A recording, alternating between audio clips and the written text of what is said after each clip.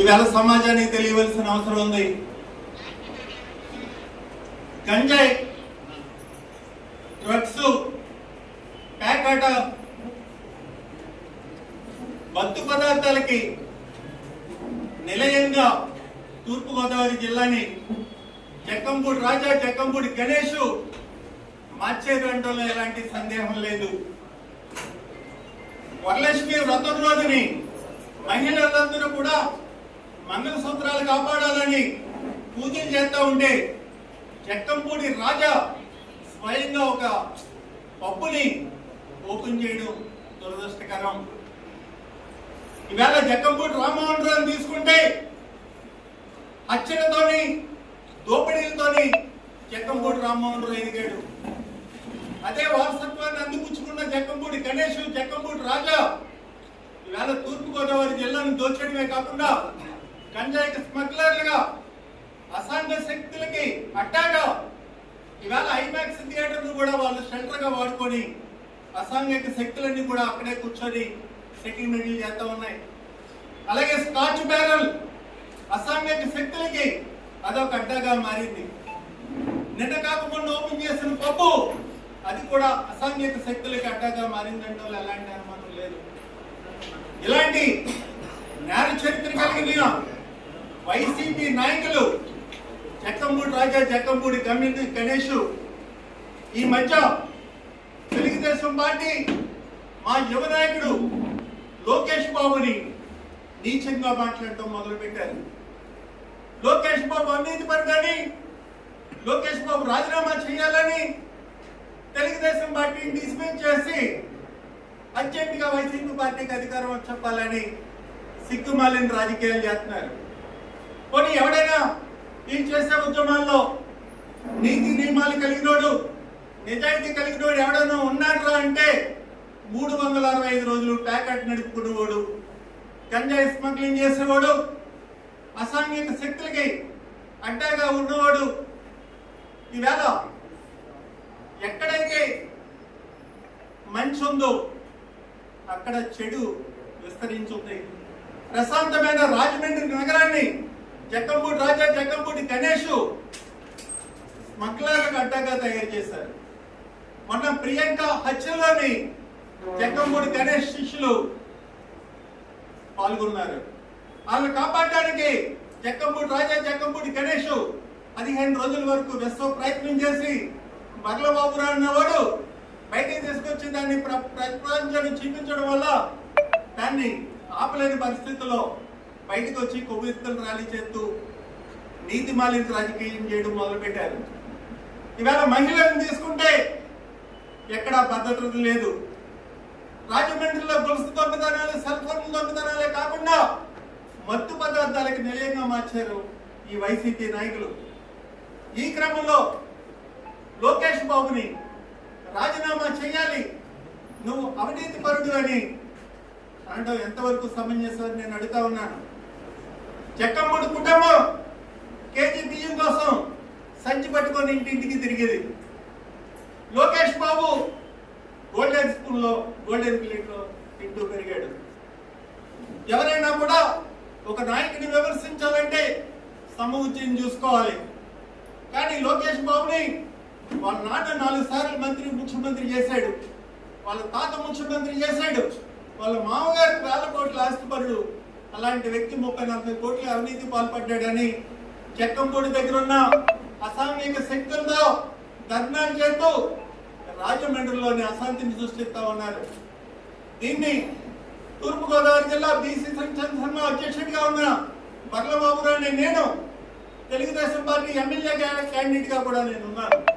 మా నాయకుడిని, మా పార్టీని మీద ఈ జక్కంపూడి బ్రదర్స్ వైసీపీ పార్టీ చేస్తున్న నిరాధారమైన ఆరోపణలన్నింటిని కూడా నేను ప్రతిరోజు ఖండిస్తూ అసలు ఈ జక్కంపూడి ఫ్యామిలీ ఎలా బతికింది, వీళ్ళ రాజకీయ జీవితం ఏంటి ప్రతిరోజు కూడా నేను ప్రజల్లో పెట్టడం జరిగింది. దీన్ని జీర్ణించుకోలేని జక్కంపూడి గణేష్ నాపై హత్యాయత్నం చేయడం జరిగింది. ఎక్కడైతే కడపలో సంస్కృతి ఉందో పెట్రోల్ బాంబులు, అలాగే మారణాయుధాలతోని అదే సంస్కృతి నిన్న రాజమండ్రిలో కనిపించింది. తన ప్రధాన అనుచరుడైన వ్యక్తిని పెట్రోల్ బాంబులు ఇచ్చి మారణాయుధాలతోని నా ఇంటి మీద పంపించి నా కారు తగలబెట్టి నేను బయటకు వచ్చిన తర్వాత నన్ను కూడా చంపాలని వాళ్ళు చేసిన కుట్ర నిన్న భగ్నమైంది. దానికి పోలీసు వారు కూడా వెంటనే నాకు స్పందించడం వల్ల వాళ్ళ కుట్రని మనం అడ్డుకోగలిగాం. వాళ్ళకి సంబంధించిన వ్యక్తిని కూడా రాత్రి పట్టుకొని ప్రకాష్ నగర్ పోలీసు వారికి మనం అప్పచెప్పడం జరిగింది. నేను చెప్తా ఉన్నాను, జగన్మోహన్ రెడ్డి ఇవాళ పత్రికా ముఖ్యంగా తెలియచేయాలి. అయ్యా, RRR రాజుని మీరు అధికారంలో ఉండగా తీసుకెళ్లి అతన్ని టార్చర్ చేస్తుండగా వీడియో తీశారని అతను అనేక సార్లు రాజు గారు ఆరోపణ చేశారు. ఆ వీడియో ఎవరు చూశారో నన్ను కొడుతున్నారని ఆయన చెప్తూ ఉన్నాడు. అలాగే నిన్న రాత్రి మీ కార్యకర్త, వైసీపీ కార్యకర్త నా కారు మీద పెట్రోల్ బాంబులు పెట్టి వీడియో కాల్ చేసి ఎవరికో చూపిస్తా ఉన్నాడు. అది జగన్మోహన్ రెడ్డి చూస్తున్నాడా లేదా జక్కంపూడి గణేష్ చూస్తున్నాడా అన్నది ఇన్వెస్టిగేషన్ లో తేలాలి. ఎందుకంటే కడపలోని కర్నూలులో ఉండే సంస్కృతి తూర్పుగోదావరి జిల్లాకు వచ్చింది. ఈరోజు బలహీన వర్గాల్ని హత్యలు చేసి రాజకీయం చేయడం వైసీపీ పార్టీ నేర్చుకుంది. అక్కడ నుంచి ఇచ్చాపురం వరకు బలహీన వర్గాల్ని చంపుకుంటూ పోతా ఉంటే జగన్మోహన్ రెడ్డి పరామర్శించుకుంటూ పోతున్నాడు. ఎవరైనా బాధితులను పరామర్శించాడు, కానీ వైసీపీ పార్టీ అధినేత ఎవరైతే నిందితులు ఉన్నారో వాళ్ళని పరామర్శించడమే కాకుండా సిగ్గు లేకుండా వాడి చిన్నపిల్లోడు హత్య చేశాడు, పోయినోడు 45 సంవత్సరాలు, అని ఇంకో సంవత్సరంలో పోతాడు, ఈ చిన్న పిల్లోడు కదా అంటున్నాడు. అంటే ఆంధ్రప్రదేశ్ రాష్ట్రానికి ఏ సంస్కృతి తీసుకొస్తుందో వైసీపీ పార్టీ చెప్పాలి. తెలుగుదేశం పార్టీ అవినీతి చేసిందని ఆరోపిస్తున్న ఈ సన్నాసులు నిరూపించగలరా అని నేను అడుగుతా ఉన్నాను. జక్కంపూడి రాజా, జక్కంపూడి రామమండ్రం, జక్కంపూడి గణేష్ మీద చేసిన ప్రతి ఆరోపణ బగలబాబురావు అనే నేను నిరూపించడానికి సిద్ధంగా ఉన్నాను. దమ్మంటే మీరు బహిరంగ సభ ఏర్పాటు చేయండి, బహిరంగ సభలో తేల్చుకుందాం.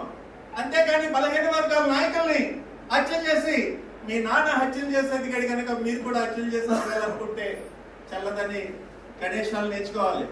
గణేష్ నువ్వు ఒకటి గుర్తుపెట్టుకో, బగలబాబురావు టచ్ చేయాలంటే నీ 2 కుటుంబాలు ముందే లేచిపోతాయని గుర్తుపెట్టుకో. ఇవాళ పత్రికా ముఖ్యంగా చెప్తా ఉన్నాను. బగలబాబురావు అన్న వాడిని నీకు కళ్ళకు వచ్చినా కూడా నీ గుండాగిపోద్ది, గుర్తుపెట్టుకో గణేష్. నీకు ఇవాళ పత్రికా ముఖ్యంగా చెప్తా ఉన్నాను.